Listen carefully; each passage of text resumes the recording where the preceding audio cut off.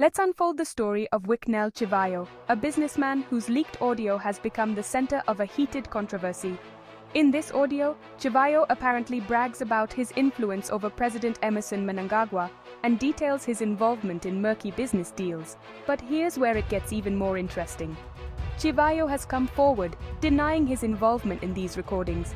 He claims that his voice was cloned using sophisticated artificial intelligence technology by his business colleagues Mike Chimombe and Moses Mpofu, who he labels as overzealous extortionists.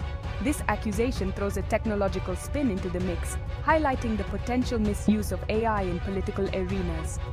But why would his colleagues do this?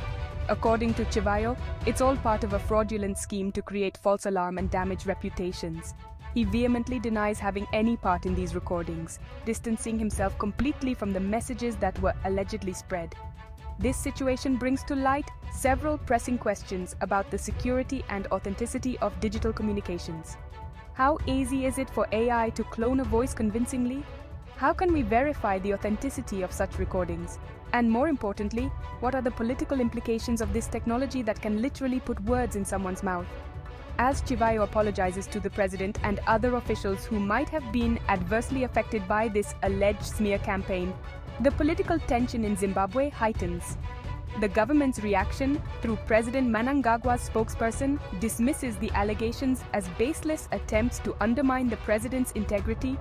Yet the authenticity of the audio and the truth behind Chivhayo's claims remain in a murky area of doubt and speculation.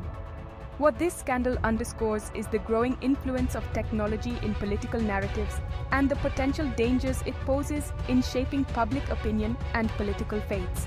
As AI technology becomes more advanced, the potential for its misuse becomes a significant concern that calls for rigorous scrutiny and ethical guidelines. So what do you think? How should we tackle the issue of AI and its role in politics?